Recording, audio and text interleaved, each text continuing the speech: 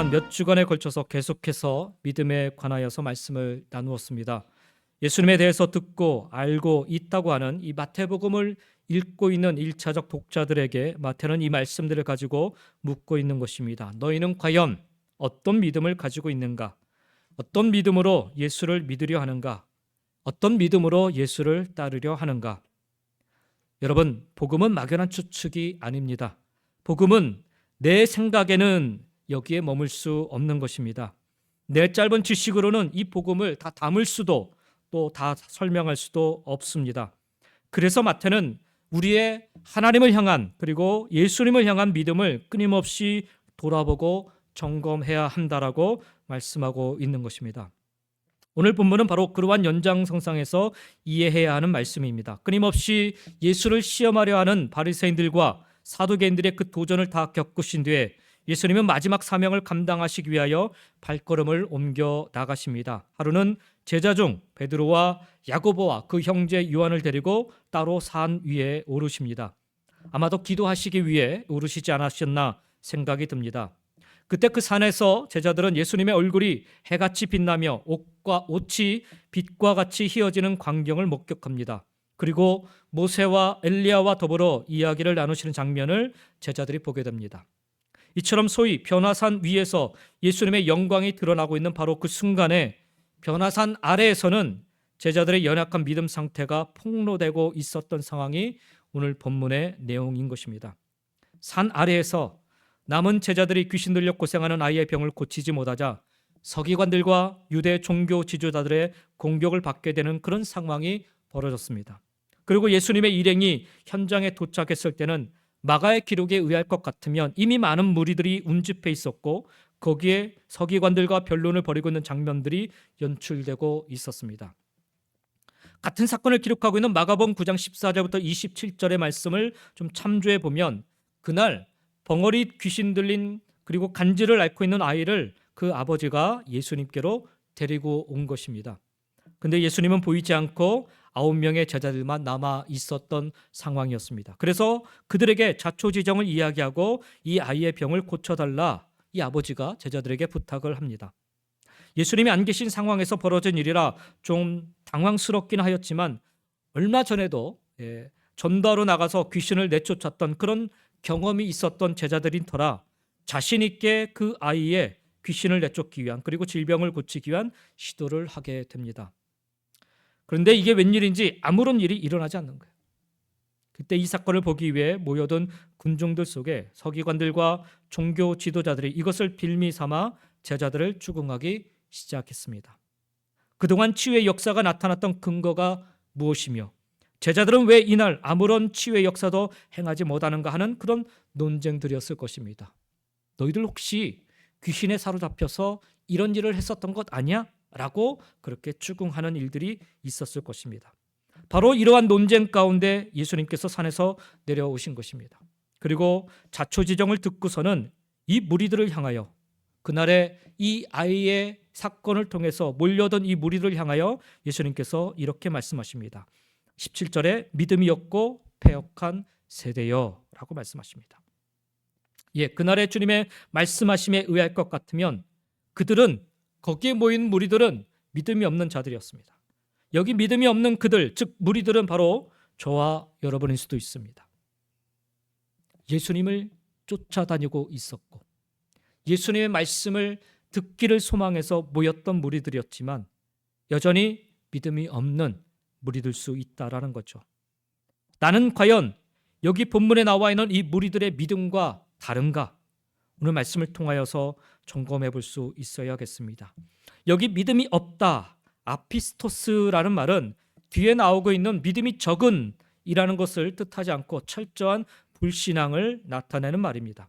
하나의 질병과 그 치유 과정을 바라보면서 그 당시 종교 지도자들이라는 무리들이 가지고 있었던 믿음의 상태가 다름 아닌 철저한 불신앙이었다라는 사실은 참으로 놀라운 일이 아닐 수가 없습니다.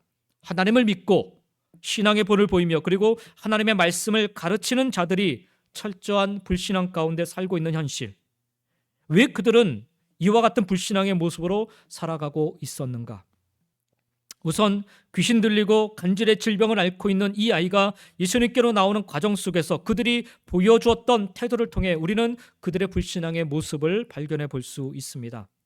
한 사람이, 그것도 아이가 어려서부터 질병으로 고통을 받고 살고 있었습니다. 마가복음의 기록에 의하면, 그 아버지의 말에 의하면 귀신이 어디서든지 이 아이를 잡으면 거꾸러져 거품을 흘리고 이를 갈며 그리고 파리하여 간다, 메말라 간다라는 얘기죠. 그리고 오늘 본문에서는 그가 간질로 심히 고생하여 자주 불에도 넘어지며 물에도 넘어진다라고 이야기를 하고 있습니다.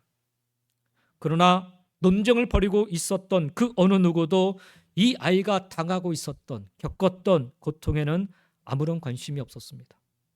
그들은 오직 율법의 굴레에 맞춰서 이 아이가 정결법에 합당한지 아닌지, 거룩한지 그렇지 않은지, 왜 이와 같이 죄 가운데 이런 질병이 왔는지, 이런 것만 가지고 논쟁에 뛰어들었던 것입니다. 이 아이의 고통을 함께 느끼고 있다라면 설령 제자들이 능력이 부족하여 이 아이를 당장에 치료하지 못하는 상황이 발생했다 할지라도 논쟁이 아닌 염려와 걱정으로 예수님이 속히 오시기를 기다리는 심령이었어야만 할 것입니다. 그러나 그들은 이때가 기회다 싶어서 제자들을 코너에 몰아넣고 막 다그치기 시작했던 것입니다.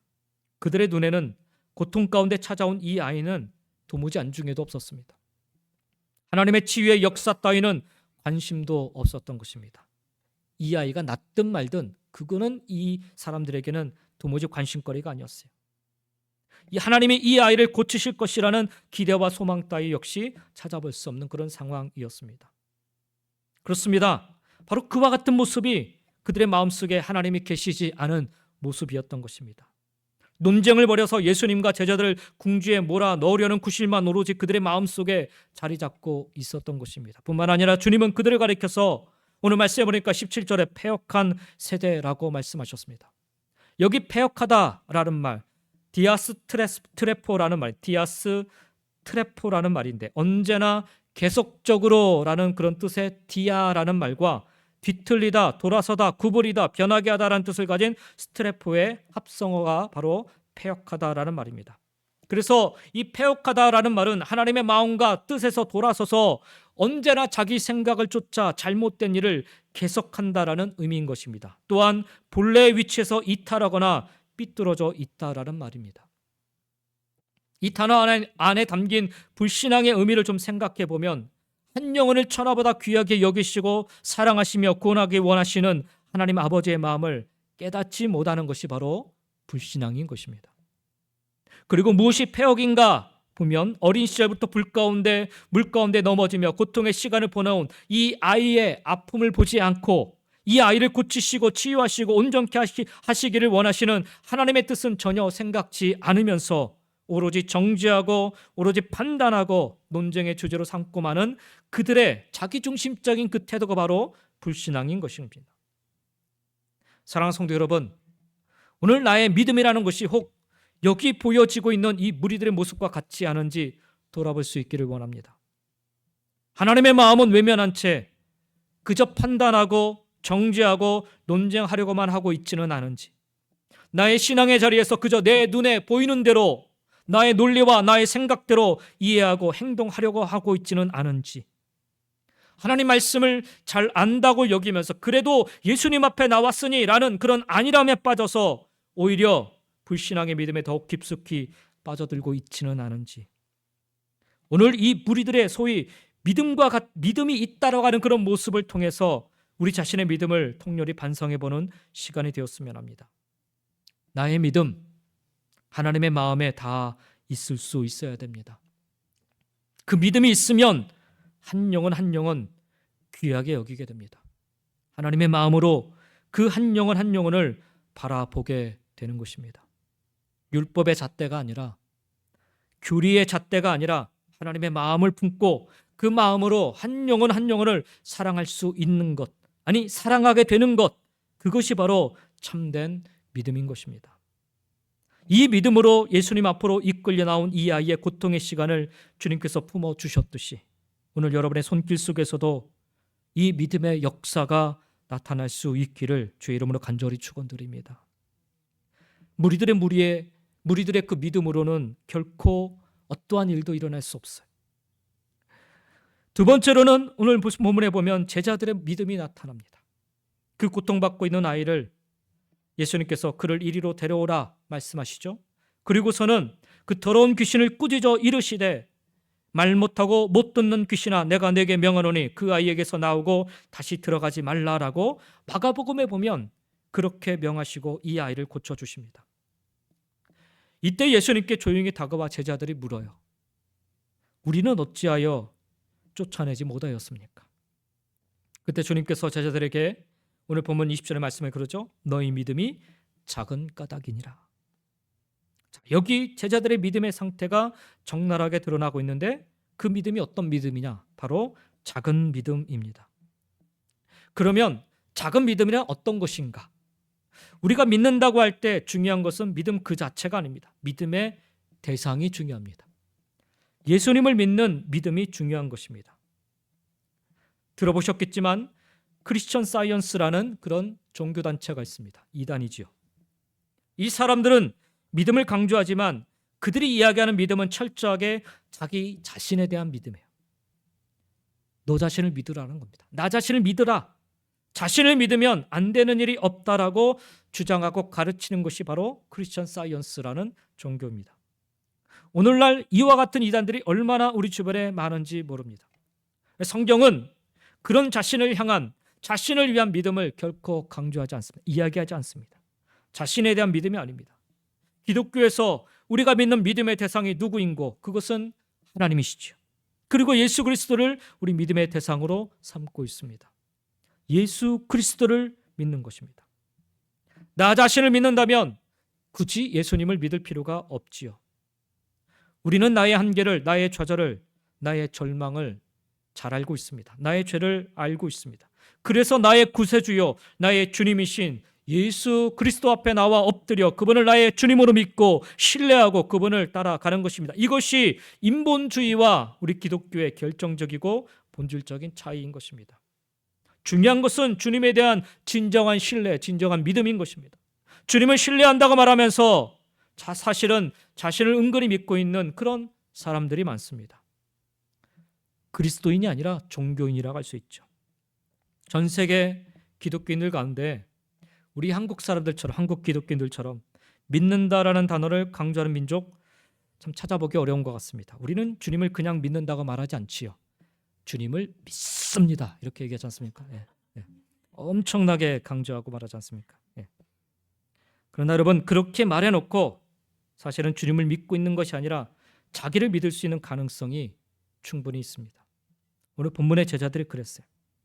지금 제자들이 왜 이 아이의 병을 고치는 일에 실패했는가 보면 이전에는 그들도 성공했어요. 여러분 예수님은 12제자와 70명의 제자들을 전도하라고 내보내실 때 그들에게 권세를 주셔서 내보내십니다.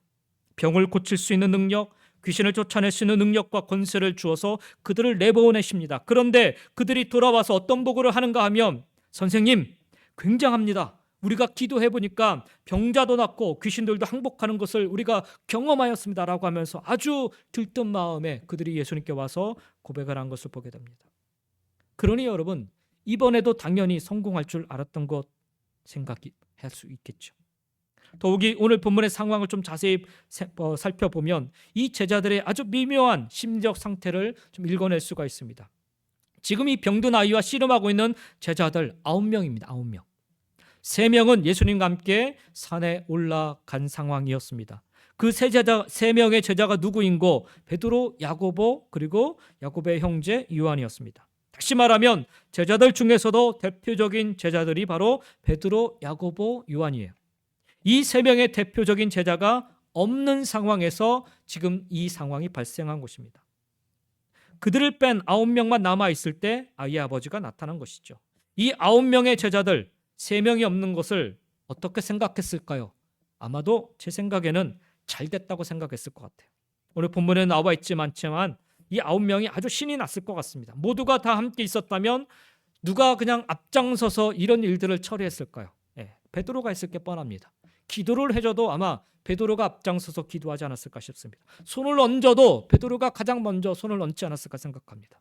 그런데 베드로, 야고보, 요한이 없으니 의기양양해서 야, 우리도 한번 뭔가를 좀 보여주자.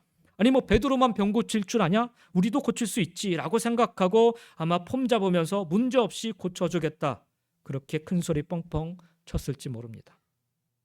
그런데 막상 해보니 귀신이 안 나가는 거예요. 아이의 병이 낫지 않는 것입니다. 한마디로 아주 처절한 실패를 그들이 경험하게 된 것입니다. 예수님을 믿는다고 말하고 예수님께 기도한다고 말하고 신앙적인 내용과 틀을 사용하면서도 여기 9 제자들의 마음의 밑바탕에는 자기 과시, 즉 자신이 뭔가 할 수 있다라는 그런 생각이 깔려 있었습니다. 그때가 바로 실패하는 순간입니다. 내가 가장 잘할 수 있다, 강하다라고 생각할 때 우리는 실패할 수밖에 없는 것입니다. 그러니 여러분, 신앙의 역설은 내가 약함을 느끼는 순간에 나타나는 것입니다. 주님을 의지하는 순간에 역사가 일어나는 것입니다. 바로 그와 같은 의미를 깨달은 사도 바울은 그래서 고린도후서 12장 10절에 이런 고백을 하는 거예요. 그러므로 내가 그리스도를 위하여 약한 것들과 능력과 궁핍과 박해와 곤고를 기뻐하노니 이는 내가 약한 그때 강함이라 라고 고백을 합니다. 나의 무기력함을 느끼고 나의 좌절을 느끼고 그래서 하나님을 전적으로 신뢰하는 그 순간이 바로 하나님이 함께 하시고 우리를 사용하시는 순간인 것입니다. 작은 믿음, 즉 전적으로 하나님만 신뢰하지 않고서는 하나님의 뜻을 이룰 수가 없습니다. 하나님의 역사를 감당할 수 없습니다. 하나님의 영광을 나타낼 수 없습니다. 제자들의 실패의 원인은 바로 자기 자신을 먼저 믿었기 때문입니다. 신앙인이면서도 제자면서도 주님을 신뢰하기보다 하나님을 의지하기보다 자기 자신을 먼저 신뢰하고 싶은 그런 순간적인 유혹에 빠진 그 상황에서 그들은 보기 좋게 실패를 경험했던 것입니다. 사랑하는 성도 여러분, 그러니 주님을 전적으로 먼저 의지할 수 있기를 간절히 소망합니다. 하나님만 먼저 바라보시기 바랍니다. 하나님만 먼저 신뢰하시기 바랍니다. 역대하 20장 말씀에 보면 모압과 암몬이 연합하여서 유대 왕국을 치러 공격해 왔을 때 여호사밧 왕은 아주 심각한 위기 상황에도 실망하지 않았고 북왕국 이스라엘과도 동맹을 맺지 않고 당시 강대국이었던 아람에게도 구원병을 요청하지 않는 모습을 보여주고 있었습니다. 위기 상황이었어요. 국가적인 위기 상황이었어요. 여호사밧 왕은 그때 오직 전능하시고 살아계신 하나님이 도와주실 것을 확신하고 하나님만을 바라보며 하나님 앞에 나아가 엎드려 이런 기도를 드립니다. 역대하 20장 12절에 보니까 우리 하나님이여 저희를 징벌하지 아니하시나이까? 우리를 치러오는 이 큰 무리를 우리가 대적할 능력이 없고 어떻게 할 줄도 알지 못하옵고 오직 주만 바라보나이다. 그리고는 아침 일찍 전쟁터로 나가는 백성들에게 여호사밧 왕은 이렇게 선포합니다. 여호사밧이 서서 이르되 유다와 예루살렘 주민들아 내 말을 들을지어다. 밤새 기도하고 전쟁터에 나가는 백성들을 향해서 이야기하는 것입니다. 너희는 너희 하나님 여호와를 신뢰하라. 그리하면 견고히 서리라. 그의 선지자들을 신뢰하라. 하나님의 말씀을 신뢰하라는 것입니다. 그리하면 형통하리라 라고 그렇게 선포합니다. 그리고는 여러분 아주 놀랍게도요, 여호사밧 왕은 전쟁터에 나가는 군대들 앞에 가장 먼저 찬양대원들을 세웁니다. 그리고 그 찬양대로 하여금 하나님의 성호를 찬양하면서 이 전쟁터에 나가게 됩니다. 오직 하나님만을 바라보며 오직 하나님만을 의지하며 오직 하나님의 말씀만을 붙잡고 나아가는 이 모습을 통해 하나님께서는 복병을 보내 적을 혼란케 하시고 대승리를 거두게 하셨습니다. 인생을 살아가면서 수많은 난제들이 우리를 괴롭힐 때 우리 모두 이 사실을 기억할 수 있기를 간절히 소망합니다. 그 문제를 여호사밧 왕처럼 주님 앞에 가지고 나아가시기 바랍니다. 그리고 여호사밧 왕이 하나님 앞에 엎드려 기도하였던 것처럼 하나님만을 바라보시기 바랍니다. 하나님만을 신뢰하시기 바랍니다. 주님이 우리의 도움이 되심을 고백하시기 바랍니다. 이것이 바로 작은 믿음을 극복하는 방법인 것입니다. 어줍지 않은 작은 믿음을 가지고 나를 의지하고 나를 내세우는 믿음으로는 번번이 실패를 그리고 번번이 창피함을 경험할 수밖에 없는 것입니다. 솔직히 하나님을 나타내기보다는 오히려 하나님의 영광을 가리우고 말 수밖에 없는 것입니다. 그러니 사랑하는 성도 여러분, 오직 주만 바라보시기 바랍니다. 오직 주만 신뢰하시기 바랍니다. 오직 주의 말씀만 의지하시기 바랍니다. 그러면 우리의 이 작은 믿음으로도 능히 크고 놀라운 하나님의 능력이 나타나게 될 줄 믿습니다. 그래서 우리 주님께서는요, 오늘 본문 말씀에서 마지막으로 겨자씨만한 작은 믿음에 대해서 이야기를 합니다. 이 겨자씨만한 믿음만으로도 크기로 보면 너무너무 작은 믿음이에요. 그런데 이 믿음만으로도 능히 하나님의 능력을 이룰 참된 믿음을 제자들에게 가르쳐주고 계신 것입니다. 불신앙의 믿음에서 작은 믿음으로, 그리고 그 작은 믿음을 가지고도 얼마든지 하나님의 역사를 이룰 수 있음을 주님께서는 제자들에게, 그리고 오늘 우리에게도 가르쳐주고 계신 것입니다. 우리의 본문 말씀을, 20절 말씀을 다시 한번 보시겠습니다. 20절 말씀을 다시 한번 같이 읽겠습니다. 시작. 이르시되 너의 믿음이 작은 까닭이니라.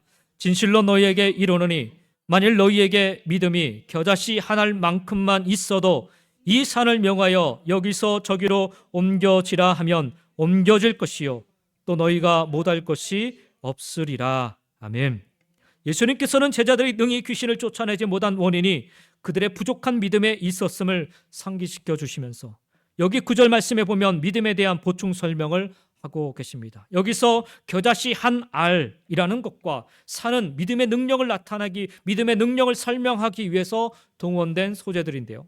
겨자씨와 산은 그 크기에 있어서 비교할 수 없을 정도로 큰 차이를 드러내고 있습니다. 그러나 오늘 본문 속에서 주님께서 하시고자 하는 말씀의 핵심은, 마태가 증거하기를 원하는 그 핵심은 결코 믿음의 크고 작음에 관한 것이 아니라는 사실입니다. 이 말씀의 핵심은 바로 겨자씨 한 알에 담긴 생명력 있는 믿음에 관한 것입니다. 겨자씨를 혹시 보신 적이 있으신지 모르겠지만 아주 작습니다. 하지만 이 겨자씨는 영양분 있는 환경에 끊임없이 접촉하게 되면 커지고 또 커져서 공중의 새가 날아와 그 가지에 집을 지을 정도로 커지게 됩니다.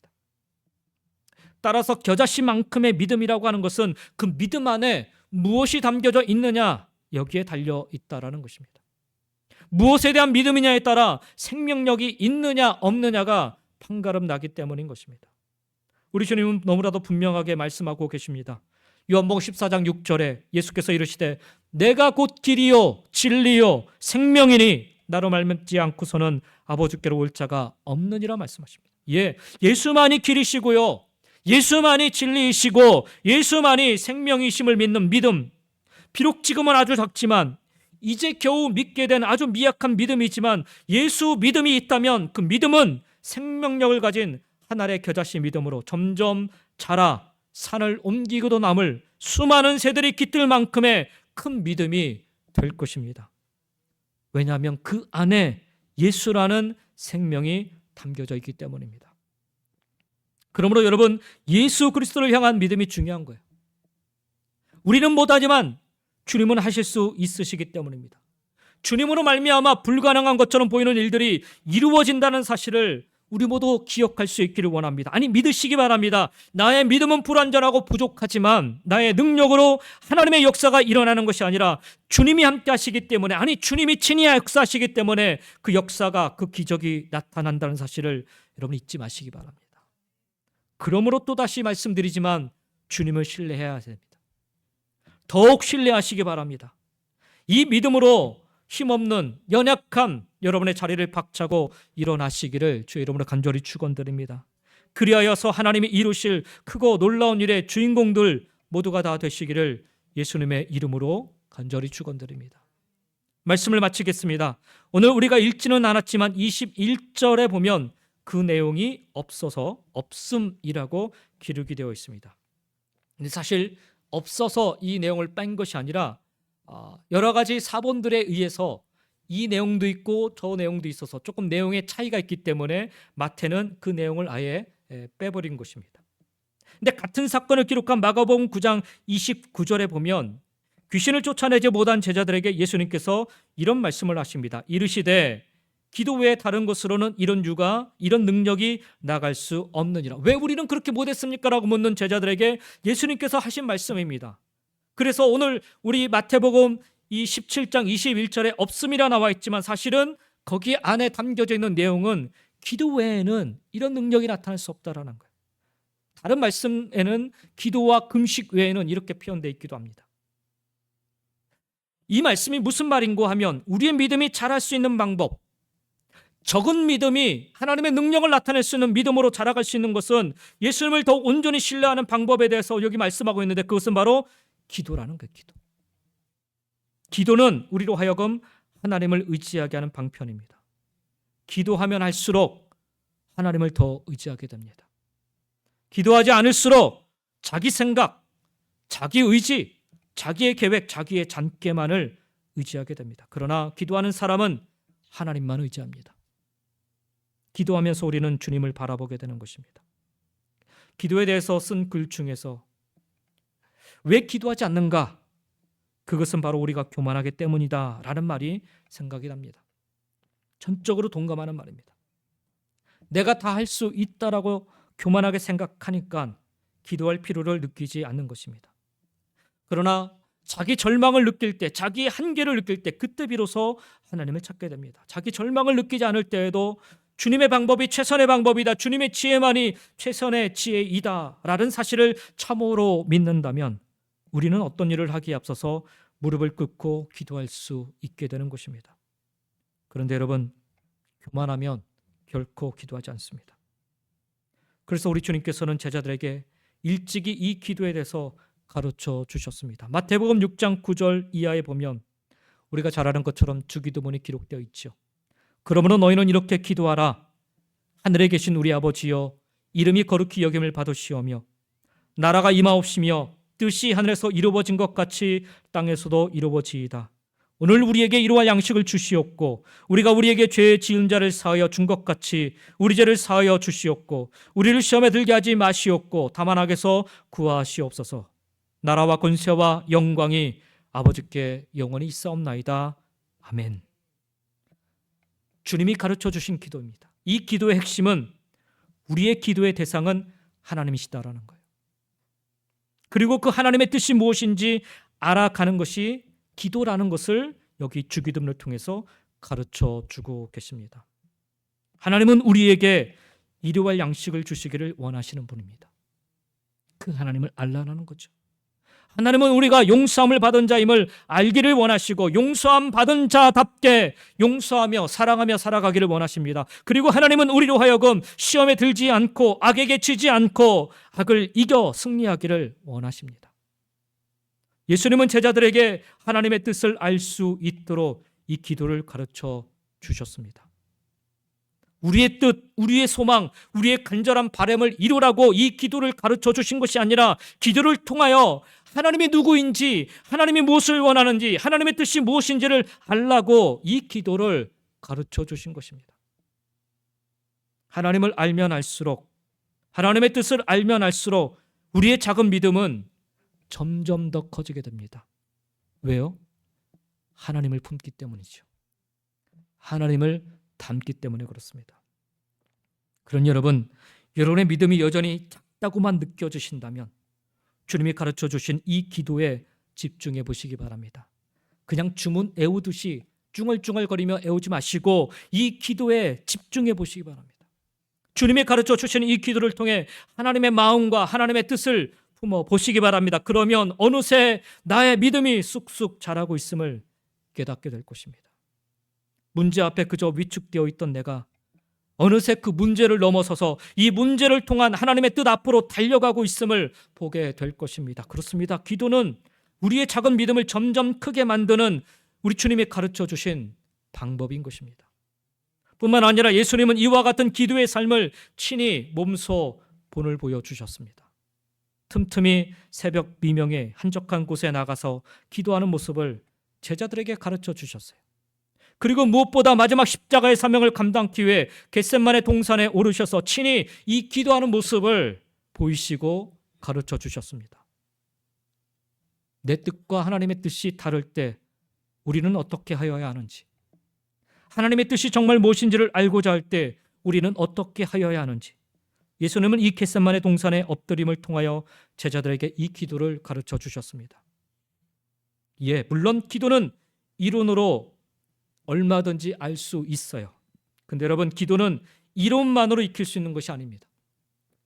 예수님처럼 엎드릴 때, 예수님처럼 간절히 하나님만 바라며 기도할 때, 수고로의 엎드림이 있을 때 비로소 기도를 익힐 수 있게 되는 것입니다. 제가 종종 성도님들께 기도하시기를, 진짜 기도의 자리에 나와 기도하시기를 부탁드리는 이유가 바로 이것 때문입니다. 기도는요, 이론으로 알 수 있는 것이 아니기 때문에 그래요. 예수님처럼 예수님이 친히 보여주신 기도의 본을 따라 기도할 때 비로소 기도의 능력 앞에 설 수 있는 것입니다. 근데 여러분, 예수님은 거기서 멈추지 않으시고 마지막 기도의 열매를 보여주셨습니다. 여기까지 가는 게 중요합니다. 기도는 이론만으로 아는 것이 아니라, 기도는 그저 기도의 본을 따라 행하는 것으로 완성되는 것이 아니라 반드시 기도한 대로 행함이 따라야 됩니다. 그것이 기도의 끝, 진정한 완성인 것입니다. 예수님은 기도하신 대로 하나님의 뜻을 구하셨고, 그리고 하나님의 뜻을 아셨고, 그래서 마지막 십자가에서 하나님의 뜻을 다 이루기까지 생명을 다하여 순종하셨습니다. 어떻게 하여야 이런 능력이 나타날 수 있겠습니까? 하고 묻는 제자들에게 기도 외에는 이런 능력이 나갈 수 없다라고 말씀하신 예수님의 말씀 안에 담겨진 의미는 바로 죽이듬과 함께 겟세마네 동산의 기도의 자리를 넘어서서 십자가에까지 서는 것을 뜻하는 것입니다. 기도를 통하여 하나님의 뜻이 무엇인지를 아셨는지요? 기도를 통하여 하나님의 뜻이 무엇인지를 확인하셨는지요? 땀방울이 빗방울이 될 정도로 간절히 뜨겁게 기도하심으로 확신하게 되셨는지요? 그렇다면 이제는 십자가에 오르는 순종의 길로 나아가셔야 되는 것입니다. 순종의 자리로 나아가 결단의 삶을 사셔야 됩니다. 왜 우리 안에 이와 같은 하나님의 능력이 나타나지 않는가? 열심히 기도하는데 마지막 그 순간까지 우리가 나아가지 못하기 때문이죠. 십자가에 나아가 순종의 길을 보이지 않기 때문이죠. 믿음의 끝은 바로 여기까지 나아가는 것입니다. 그날의 치유와 회복과 능력은, 그 믿음은, 그 기도는 바로 하나님의 뜻대로 순종의 자리에 서는 것이었습니다. 오늘 귀신 들린 이 아이와 이 아이의 부모처럼, 그리고 이 아이의 문제를 바라보는 무리들처럼, 그리고 이 문제 앞에 서 있는 제자들처럼 우리는 각자 서로 다른 문제로 인하여 고통스러워하고 힘들어하며 살아갑니다. 우리 힘으로는 어쩔 수 없는 문제들이기 때문이죠. 그래서 믿음이 그 어느 때보다도 중요한 때입니다. 믿음으로 서야 함을, 믿음으로 이겨내야 함을 우리 주님은 그래서 말씀하여 주고 계십니다. 그리고 그 믿음, 바로 주님을 온전히 고백하고 믿을 때, 생명을 담은 믿음일 때, 그리고 주님처럼 그 기도의 삶을 살아갈 때 바르게 세울 수 있음을 말씀하여 주고 계십니다. 끊임없이 논쟁하고 판단하고 정죄하려는 불신앙의 믿음에서 벗어나서 내 힘으로 어떻게 해보려는 작은 믿음에서 벗어나서 주님을 예수로, 주님을 그리스도로 온전히 믿고 고백하는 겨자씨 한 알과도 같은 작지만 생명력이 담겨있는 믿음으로 성정해 가는 저와 여러분의 모습이기를 주의 이름으로 간절히 축원드립니다. 그리고 그 믿음, 무엇보다 주님이 가르쳐 주신 대로, 주님이 보여주신 대로, 주님이 이루신 대로 우리도 기도로 세워갈 수 있기를 간절히 소망합니다. 책망받는 믿음에서, 아니 작은 믿음에서 이제는 생명을 담아 열매 맺는 믿음으로 칭찬받고 인정받기 위해 기도하시는 여러분 모두가 다 되시기를 주의 이름으로 간절히 축원드립니다. 무엇보다 이왕이면 기도하는 자리 한 자리씩 차지하시게 열심을 내시는 여러분 모두가 다 되시기 바랍니다.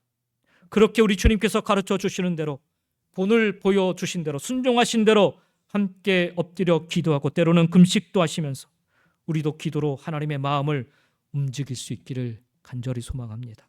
하나님의 뜻을 이룰 수 있기를 원합니다. 하나님의 역사를 나타낼 수 있기 원합니다.